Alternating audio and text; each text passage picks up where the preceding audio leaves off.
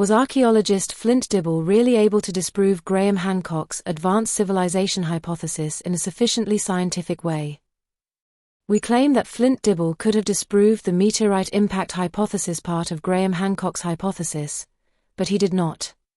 We claim that Flint Dibble could have disproved the knowledge of doom of that advanced civilization hypothesis part of Graham-Hancock's hypothesis, but he did not.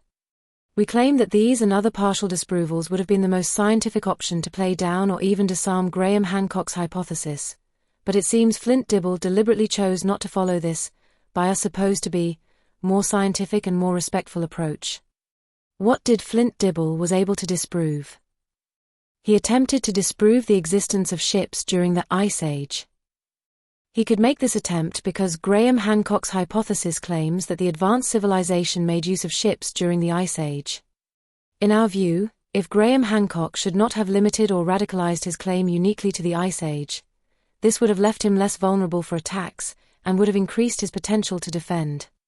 Further, we insist to note that the so-called end of the Ice Age is not so perfectly clear, and somehow doubt how correct ships can and are dated.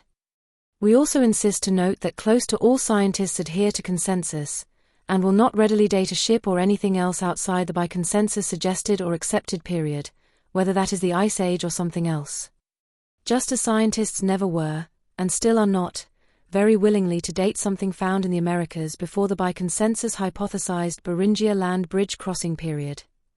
This even so while this by consensus hypothesized Beringia land bridge crossing period is now claimed as improbable, this so by certain important scientists.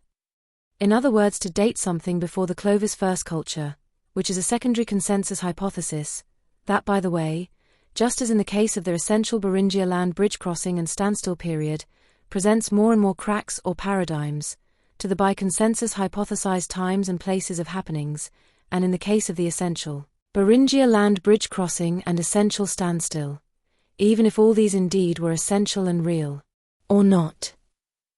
Obviously it will need a revolution to turn this tide, and or potential long-term dogma. Quite on the contrary, many scientists will be more willingly and possibly less critical to date or confirm something old or as correct when it is found in Africa, especially when it supports or is convenient for consensus, especially now since more and more studies claim parts of it hypotheses to have become improbable, to present paradigms, or to be more complex than thought, or more complex to explain, which all are ways to describe certain doubts or inconsistencies in a nice and indirect way.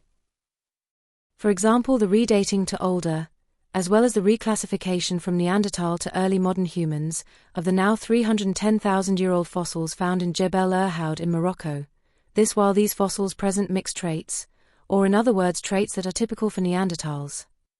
This while for instance as Homo antecessor or even Homo erectus classified fossils found outside Africa show equally or even more clear traits of modern humans, but still go on to be classified as archaics, instead of as modern humans. This while for instance as Neanderthal classified fossils found in Israel, which obviously is outside Africa, although by not very much, show different morphology and genetics than all other Neanderthals, but still go on to be classified as Neanderthals, instead of as another group, eventually somewhat closer to modern humans. So what is called science is sometimes relative, and at least somehow prone to certain manipulations by eventually interesting parties. Merely a sidekick, or even pseudo-science. Compared to Graham-Hancock's claims, which for consensus and science are not much more than a sidekick, or even classified and presented as pseudo-science, the above by us posed questions are much more fundamental questions, with far more reaching consequences, even or especially in education, even that of scientists and academics, and seemingly nobody of importance of reach challenges them, let alone in a similar formation or front, plus media attention. As in the case of Graham-Hancock. In general, Graham-Hancock, possibly in anticipation, relativates the scientific content or approach of his claims, and behaves kind of submissive to others' claims, yet, and despite of this, some others stress that he is wrong, or even aggressive, in what they classify as losing his temper. Advanced civilization partly after the Ice Age.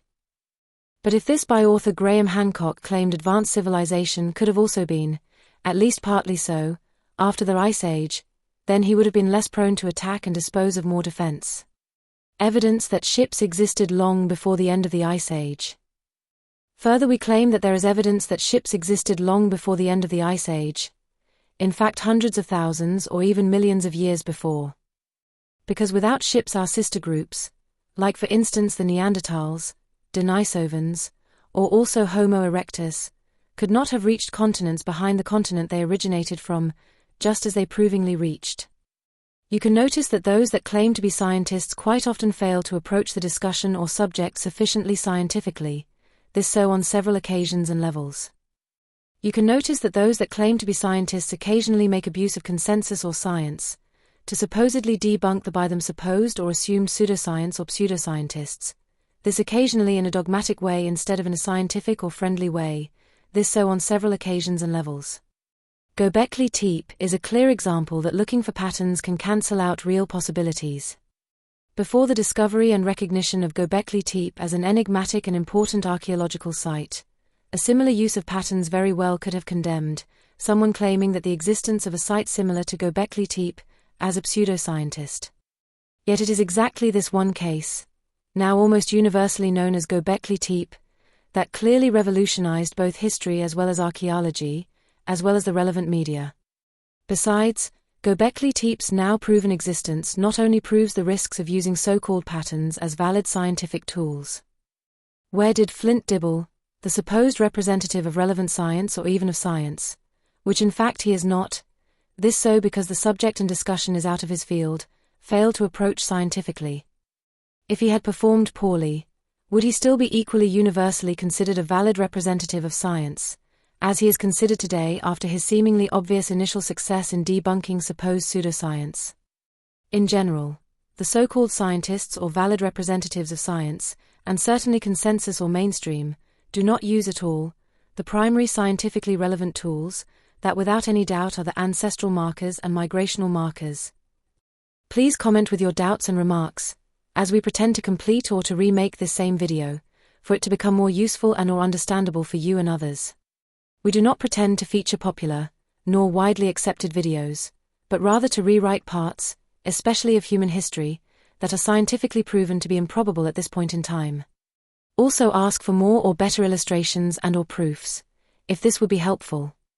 Please remember that you should not call yourself an alternative historian or historian, if you do not clarify at least some part of history, or do not add up with a fully scientifically supported history, or with a history without too many paradigms. Like consensus still fails to do so, and most historians, even alternative historians, also fail to do so until now. Criticizing or doubting the historical vision or timelines of others, independent if this is consensus or mainstream or none of both, is not exactly being a historian, or at least not a historian that adds up to history. Thank you.